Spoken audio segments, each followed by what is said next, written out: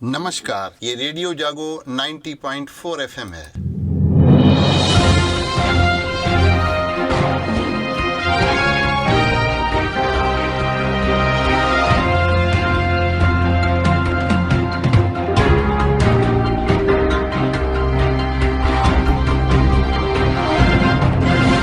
अब आप अभय शंकर गौर से आज की हलचल सुनिए। आज अंतर्राष्ट्रीय मजदूर दिवस है। हर साल 1 मई को अंतर्राष्ट्रीय मजदूर दिवस मनाया जाता है और इसे कई रूपों में मनाते हैं, कई नाम से मनाते हैं। जैसे इसे कामगार दिवस भी कहते हैं, श्रम दिवस भी कहते हैं, श्रमिक दिवस भी कहते हैं और मई दिवस भी कहते हैं। इस दिन को एक बेहद खास उद्देश्य से मनाया जाता है और वो मकसद है श्रमिकों के योगदान की सराहना करना और लोगों को उनकी परिस्थिति और समस्याओं के बारे में जागरूक करना। इस दिन के जरिए लोगों को श्रमिकों के प्रति संवेदनशील बनाने और देश निर्माण में उनकी अहम भूमिका के बारे में सजग करने की कोशिश भी की जाती है। तो इस वर्ष का जो अंतर्राष्ट्रीय मजदूर दिवस आज है, इसकी थीम है insuring workplace safety and health amid climate change, यानी जलवायु परिवर्तन के बीच काम की जगह पर श्रमिकों के स्वास्थ्य और सुरक्षा को सुनिश्चित करना। इस थीम के जरिए श्रमिकों के स्वास्थ्य और सुरक्षा के महत्व पर जोर दिया जाएगा। तो आइए हम भी आज इस मजदूर दिवस पर मजदूरों के उस कार्य की सराहना करें जो वह दूसरों के लिए अपने सेवा भावना से करते हैं। तो आइए हम बात करते हैं उन श्रमिकों से। हमारे साथ हैं इस समय विपिन जी, ये पल्लेदार हैं यहाँ मंडी में। तो आज श्रमिक दिवस पर ये देखिए क्या बता रहे हैं श्रमिकों के लिए। हेलो, विपिन पल्लेदार गल्ला मंडी से बोल रहे हैं। और इस समय धूप ज्यादा है, 3.5 रुपए कट्टी का रेट मिलता है, 60 किलो भरती है। तो कम से कम रेट बढ़ना चाहिए। धूप ज्यादा होती है, हम लोग उठाते हैं, परिवार है, बताओ 5 रुपए 4 रुपए में तक कट्टी मिलना चाहिए तो खर्चा उठा पाते हैं घर का। कभी मजदूरी कम हुई 50 ही रुपए लेके चले जाते हैं साहब। बताओ ऐसे कैसे, हम लोगों का मेहनत ज्यादा है, रेट कम मिलता है पैसे का। इस समय चलो गल्ला आ रहा है मंडी में, मानते हैं मजदूरी हो जाती है, कम भी रुपए मिल रहे हैं तब भी, मगर किसी टाइम मजदूरी भी नहीं हो पाती है। इतने से 85 रुपए 100 रुपए कमा के चले जाते हैं, उसमें कैसे खर्चा चल पाएगा। कम से कम 4-5 रुपए कट्टी का होना चाहिए पल्लेदार, तब उसका घर परिवार अपना पाल पाएगा मजदूर आदमी।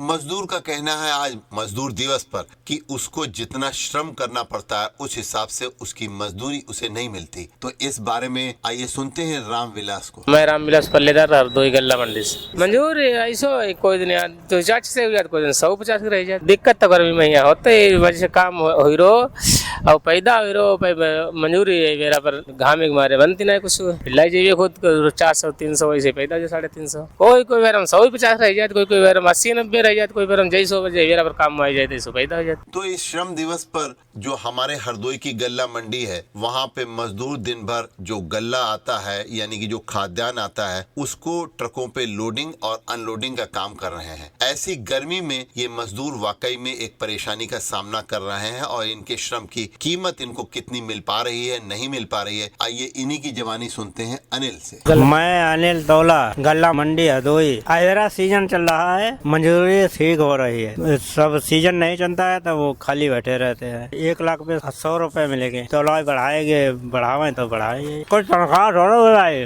तनख्वाह है पूरी पट्टी जाए ना, तनख्वाह है कोई बात नहीं। तो आज इस श्रम दिवस पर रेडियो जागो 90.4 FM सभी श्रमिकों को बधाई देता है और हम शुभकामनाएं देते हैं कि आपके श्रम की कीमत के लिए सरकार हमेशा प्रयास कर रही है। और जैसा कि कहा जा रहा है कि श्रम कानूनों में काफी परिवर्तन लाने के लिए एक नया श्रम कानून आने वाला है और उस श्रम कानून के लिए जब हमारी नई सरकार गठन हो जाएगी और उसके बाद में वो पार्लियामेंट से पास हो सकता है। तो आइए एक उम्मीद को लेकर के हम इस श्रम दिवस पर अपने श्रमिकों को बधाई देते हैं और उनको शुभकामनाएं भी देते हैं। उत्तर प्रदेश की बात करते हैं। ग्रामीण परिवारों की कमाई उत्तर प्रदेश में मनरेगा से बढ़ी है और उनकी हिस्सेदारी 36 करोड़ मानव दिवस का मौका मिल रहा है। उत्तर प्रदेश के ग्रामीण क्षेत्रों में हाल के वर्षों में मनरेगा ग्रामीण के रोजगार का एक बड़ा साधन बनकर सामने आया है। मजदूरी कम होने के बावजूद अन्य सुविधाओं ने इस ओर ग्रामीणों को आकर्षित भी किया है। मनरेगा के आंकड़े अगर हम देखें तो ऐसा पता लगता है कि ग्रामीण महिलाएं तेजी से घर की अर्थव्यवस्था में अपना योगदान देने में आगे बढ़ रही हैं। अब ग्रामीण महिलाएं भी रोज कुछ न कुछ ऐसा काम कर रही हैं जिससे उनकी घर की आमदनी बढ़े। वर्ष 2019-20 में मनरेगा के तहत काम करने वाली महिलाओं की संख्या 35% के लगभग थी। अब यह बढ़कर 43% के लगभग हो गई है, यानी 8% अब बढ़ी हैं वो महिलाएं जो घर के काम के अलावा आर्थिक रूप से घर को संपन्न बनाने के लिए भी अपना श्रम कर रही हैं। मनरेगा के कार्य में महिलाओं को मेड बनाने से लेकर आमदनी भी इनकी बढ़ी है इस कारण से। और चालू वित्तीय वर्ष यानी कि 2024-25 में 1 अप्रैल से मनरेगा मजदूरों की मजदूरी में भी 7 रुपए का बढ़ोतरी की गई है। अब यह मजदूरी 237 रुपए प्रतिदिन की जा रही है और केंद्र सरकार ने इस वर्ष के लिए 33 करोड़ मानव दिवस सृजित करने का भी उत्तर प्रदेश को कोटा दिया है। देश के 26 राज्यों में पुरुषों के मुकाबले महिला कामगारों की संख्या अब अधिक हो गई है, क्योंकि ई श्रम पोर्टल पर महिलाएं अपना पंजीकरण करा लेती हैं और इससे ये भी पता लगता है कि आज 1 मई को हम श्रमिक दिवस मना रहे हैं और इस दिन हम उन लोगों के, उन पुरुषों के, उन महिलाओं के कार्यों के प्रति हम अपना समर्पण भी दिखला रहे हैं, हम उसके साधुवाद भी दे रहे हैं जो लोग अपने श्रम से दूसरों के लिए उपकार का काम भी कर रहे हैं। आइए बात करते हैं वर्ल्ड कप क्रिकेट की। तो T20 वर्ल्ड कप के लिए भारतीय टीम की घोषणा कर दी गई है। अमेरिका और वेस्ट इंडीज में 2 जून को होने वाली T20 विश्व कप के लिए जो ऐलान किया गया है, BCCI ने अहमदाबाद में जय शाह ने और मुख्य निर्वाचनकर्ता अजीत अगरकर के बीच बैठक के बाद रोहित शर्मा को भारतीय टीम की अगुवाई की घोषणा कर दी गई है। रोहित शर्मा कप्तान होंगे, हार्दिक पांड्या होंगे, यशस्वी जायसवाल होंगे, विराट कोहली, सूर्य कुमार यादव, ऋषभ पंत, संजू सैमसन, शिवम दुबे, रविंद्र जडेजा, अक्षर पटेल, कुलदीप यादव, युवेंद्र चाहल, अर्शदीप सिंह, बुमराह और मोहम्मद सिराज भी अब की बार वर्ल्ड कप T20 के लिए खेलेंगे। तो एक दूसरी श्रमिकों की हम बात कर रहे हैं। तो भारत के बहुत से लोग कनाडा में छात्र जाते हैं पढ़ाई के लिए और वहाँ काम भी करते हैं। तो कनाडा की सरकार ने विदेशी छात्रों के लिए अब नया नियम बनाया है। अभी तक इनको सिर्फ 20 घंटे अपने पढ़ाई के अलावा काम करने के लिए अनुमति थी अपने काम के परिसर के बाहर। अब अंतर्राष्ट्रीय छात्र सप्ताह में सिर्फ 24 घंटे तक ही कॉलेज परिसर से बाहर ये काम कर सकेंगे। तो कनाडा सरकार ने कहा है कि जो छात्र कनाडा आते हैं उन्हें अध्ययन के लिए कनाडा में अवश्य आना चाहिए और छात्रों को प्रति सप्ताह 24 घंटे तक काम करने की अनुमति देने से यह सुनिश्चित होगा कि वे मुख्य रूप से अपनी पढ़ाई पर ध्यान केंद्रित करेंगे। साथ ही यदि आवश्यक हो तो काम करने का विकल्प भी उनके पास रहेगा। तो कैंपस के बाहर कनाडा में काम करने से अंतर्राष्ट्रीय छात्रों को कार्य का अनुभव प्राप्त करने और उनके कुछ खर्चों की भरपाई करने में मदद मिलेगी। कनाडा में भारतीय छात्रों के लिहाज से सबसे पसंदीदा गंतव्य, इस समय अधिकतर भारतीय छात्र छात्राएं कोशिश में रहती हैं कि कनाडा में उनको जाने का पढ़ाई का मौका मिल जाए, क्योंकि वहाँ पढ़ाई के साथ साथ वो ये 24 घंटे सप्ताह में काम करके अपनी पढ़ाई का खर्चा भी उठा लेते हैं। अंतर्राष्ट्रीय शिक्षा ब्यूरो की 2022 की रिपोर्ट के अनुसार कनाडा में उस साल 3,19,130 भारतीय छात्र थे। अंतर्राष्ट्रीय छात्रों में भारतीय वहाँ पे बहुतायत से हैं। तो बात करते हैं, इस समय गर्मी पड़ रही है और गर्मी में पारा बढ़ रहा है लगातार, 40 के पास भी हो जाता है और उसके बाद में जो गर्म हवाएं चलती हैं इससे लोगों को, खास तौर से कामगारों को बहुत परेशानियों का सामना करना पड़ता है। जो श्रमिक हैं हमारे, आज उनको इस गर्मी से भी बचाने के लिए जरूरी है सोचने की आवश्यकता की, यानी कि उनकी कार्य की दशाओं, उनकी कार्य क्षमता को बढ़ाने के लिए इस समय गर्मी में हम श्रमिकों के लिए भी कुछ सोचें। दूसरी ओर इस समय गर्मी में जो जानवर हैं उनकी भी परेशानी है और एक दूसरी चीज, जो लोग जानवर के लिए चारा किसान करते हैं उनको भी ये जानना जरूरी है कि पशुपालन विभाग ने पशुपालकों के लिए एडवाइजरी जारी की है। तो हरदोई के मुख्य चिकित्सा अधिकारी डॉक्टर अशोक कुमार के अनुसार गर्मी में खेतों में खड़ी जो चरी की फसल होती है, इनकी पत्तियां जो हों उसमें हाइड्रोसाइनिक एसिड पनप जाता है। इससे बचने के लिए पशुपालकों को चरी वाले खेत में नियमित सिंचाई करते रहना चाहिए। तो चरी सूखी, पीली और पत्तियां सिकुड़ी हों तो ऐसी चरी को मवेशियों को चारे में नहीं देने का सुझाव दिया जा रहा है, क्योंकि इससे साइनाइड विषाक्त बढ़ जाती है। ऐसा बताया गया है कि ऐसी चरी के उपयोग से मवेशी की आंखें लाल हो सकती हैं और मुंह से लार निकलने लग सकती है। अगर ऐसा हो तो आप पशुपालक जो हैं वो उसके फौरन ऐसे लक्षण दिखते ही उसके दवा का इंतजाम करें और उसको डॉक्टर को जरूर दिखलाएं। पॉलिटेक्निक प्रवेश परीक्षा में शामिल होने वाले हरदोई में जो आवेदक हैं उनको डी फार्म व बी फार्म में प्रवेश मिलेगा, तो विद्यालय आवेदकों को सीधे प्रवेश नहीं ले सकेंगे। अब ये जो आवेदक हैं उनको 10 मई तक ऑनलाइन आवेदन करना है। दूसरी ओर परिषदीय विद्यालयों के लिए खेल का बजट का भुगतान कर दिया गया, लेकिन अभी तक विद्यालयों में खेल की सामग्री नहीं पहुंची है। गर्मी में तो अधिकतर विद्यार्थी बच्चे चाहते हैं कि उनको खेल की सामग्री मिले और खेलने का अवसर भी मिले, तो इससे विद्यार्थियों को खेल में अपनी प्रतिभा जो दिखाने का मौका है वो नहीं मिल पा रहा है, क्योंकि उनको खेल का सामान ही नहीं मिल रहा है।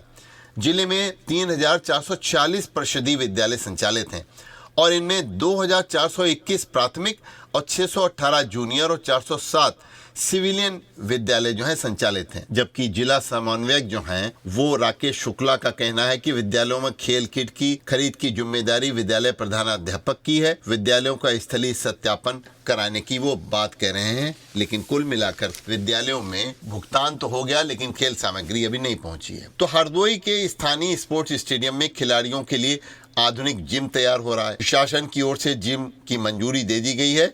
जिम में 1 करोड़ रुपए की लागत से अत्याधुनिक मशीनें लगाई जा रही हैं। स्टेडियम के वेट लिफ्टिंग हॉल को जिम के रूप में विकसित किया जाएगा। तो उप क्रीड़ा अधिकारी मंजू शर्मा के अनुसार जिम का कार्य शुरू हो गया है और मशीनों को स्थापित करने के लिए जल्दी ही कार्यवाही की जाएगी, जिससे जिम का संचालन शुरू हो सके। आज हरदोई में 132 उपकेंद्र में आइसोलेटर, जफर आदि का मरम्मत कार्य कराया जा रहा है। इसकी वजह से हम अपने श्रोताओं को ये बताना चाहते हैं कि आज 11 से 12 बजे तक बिजली नहीं आएगी, क्योंकि 132 केवी की मेन लाइन पर आज 11 बजे से लेकर दोपहर 12 बजे तक लाइन बंद रखी जाएगी और इससे कई क्षेत्रों में बिजली के कारण लोगों को परेशानी उठानी पड़ सकती है। इसकी वजह से 33 केवी चरौली पावर हाउस बंद रहेगा, इंडस्ट्रियल स्टेट पावर हाउस प्रभावित रहेगा और Sandi road city power house और सुरसा, सांडी, आरएल, हरियाणा, बिलग्राम, आरटीओ व तेत्योरा के जो पावर हाउस हैं उनमें बिजली 1 घंटे के लिए नहीं आएगी। ये जानकारी हरदोई के एसडीओ केपी सिंह द्वारा उपलब्ध कराई गई है। दूसरी